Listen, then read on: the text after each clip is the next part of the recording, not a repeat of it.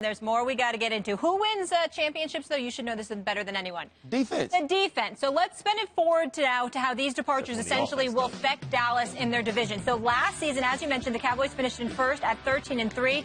New York Giants went 11-5. The Redskins came in third at 8-7-1. And the Eagles finished last at 7-9.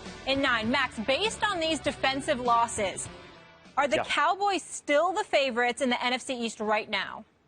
Yes, they are, and it kills me to say that. I want to sit here and tell you the New York Football Giants, the defense is excellent, and obviously the pickup of Brandon Marshall, even though they're already good at receiver, makes them probably the best in the NFL at receiver.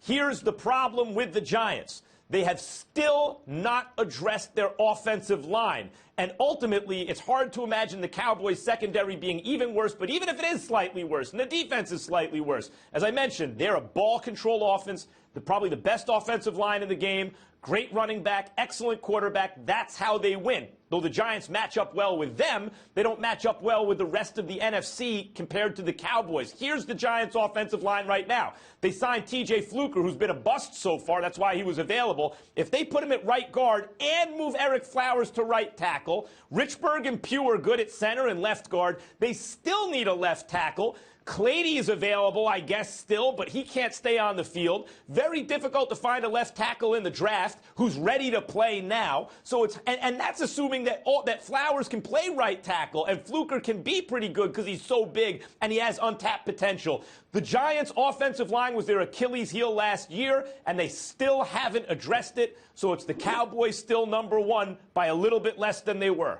Max is the only dude on the planet Earth that I know that would sit up there and say that the Dallas Cowboys are the favorite, and I can't remember a damn thing he said about the Cowboys because he spent the whole damn time talking about the Giants. Let me be very, very clear. The New York Giants are the favorites in the NFC East. Why? Buddy. Because when you look at a quarterback in Eli Manning who hasn't missed a start in 12 years, and you combine that with the wide-out weapons that we have, somebody that Max Kellerman calls one of the top 3 receivers in the world, which I don't think we can disagree with an Odell Beckham Jr. You combine that with Sterling Shepard, and then you go and you add Brandon Marshall. Of course, they got to buffer their offensive line. But this is the NFC East we're talking about here, and I'll defer to Ryan in this regard, who, for some inexplicable reason, decided to tarnish his career by becoming a Redskin. I don't ever understand why he would do such a thing, but that's a subject for another day. I was a Redskin first, Stephen A. Whatever. The point that I'm trying to make is you would know about the NFC East, so I'm going to defer to you, but I will say this.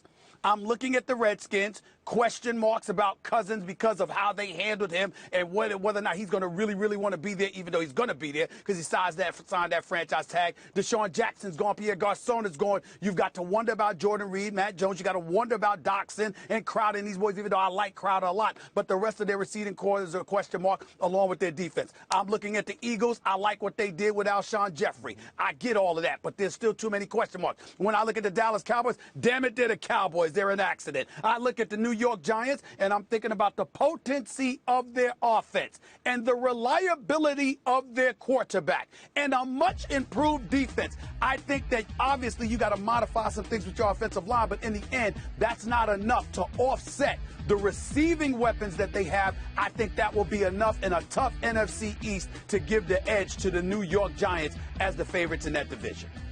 Well, for me, Brandon Marshall, the pickup was huge because now it takes some of that pressure off of Odell. If you looked at this team's in times of trial, when you needed a big play, it seemed like the only person on the team that they trusted was Odell Beckham Jr. But also, even with all that firepower, I thought Sterling Shepard was a good player last year. He'll be even better this year. You add Brandon Marshall. You have to get a running game. You have to protect the quarterback. So to me, it still is the Dallas Cowboys that's the team to beat in the NFC East because they're the same team. We talked all earlier of this show about how the defense didn't stop anybody, how you could pass for a ton of yards. So for all intents and purposes, they haven't improved there, but that wasn't why they won. They won because of that rushing attack, because you had a quarterback who protected the ball. Oh, by the way, he has another year of experience. He's going into his second year with an offseason to learn more things. I think this offense will be even better in Dallas next year, and they will find some pieces to have some things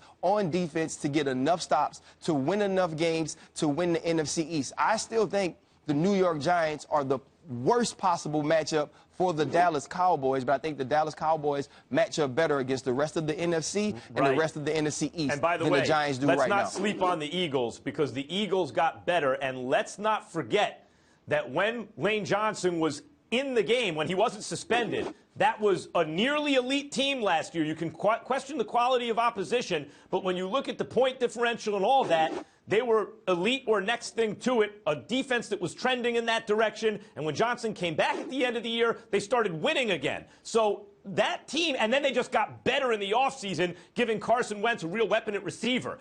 And they're a terrible matchup for the Giants every year, it seems. And they beat the Cowboys late, though the Cowboys didn't have a lot to play for. You can't sleep on the Eagles. The thing about the Eagles as well, it's about play calling, right? Does Doug Peterson do the right thing with Carson Wentz? You add Torrey Smith, you add Alshon Jeffrey. You have to find a back in the draft, and I think that's something they'll do. In the airport this week, I'm getting on the plane. Leonard Fournette's getting on the plane to Philadelphia, so it seems like they may be trending in that way. Real quick question, Ryan, just to end this segment. Who did you pick in the playoffs between Green Bay and Dallas? Oh, I can't remember, Stephen. Oh, you can't remember, huh? It wasn't the Dallas Cowboys? I can't remember. Dallas Cowboys? I'm just checking. Molly, this is a great segment. I'm just asking good segment, Molly. I just want to know. I just want to know why you can't answer the question. What, you scared? You scared to answer the question? You scared? I mean, you can't tell us who you picked? I don't remember. You don't recall? I don't recall. You don't recollect? The Dallas Cowboys. You really? All right. The Dallas Cowboys. Listen, Stephen A is the only one making sense this morning. That's all I know. Giants with the slight edge. Do enjoy the suit, though, and we'll see you on NFL Live later. Nice face. Brian, thank you so much.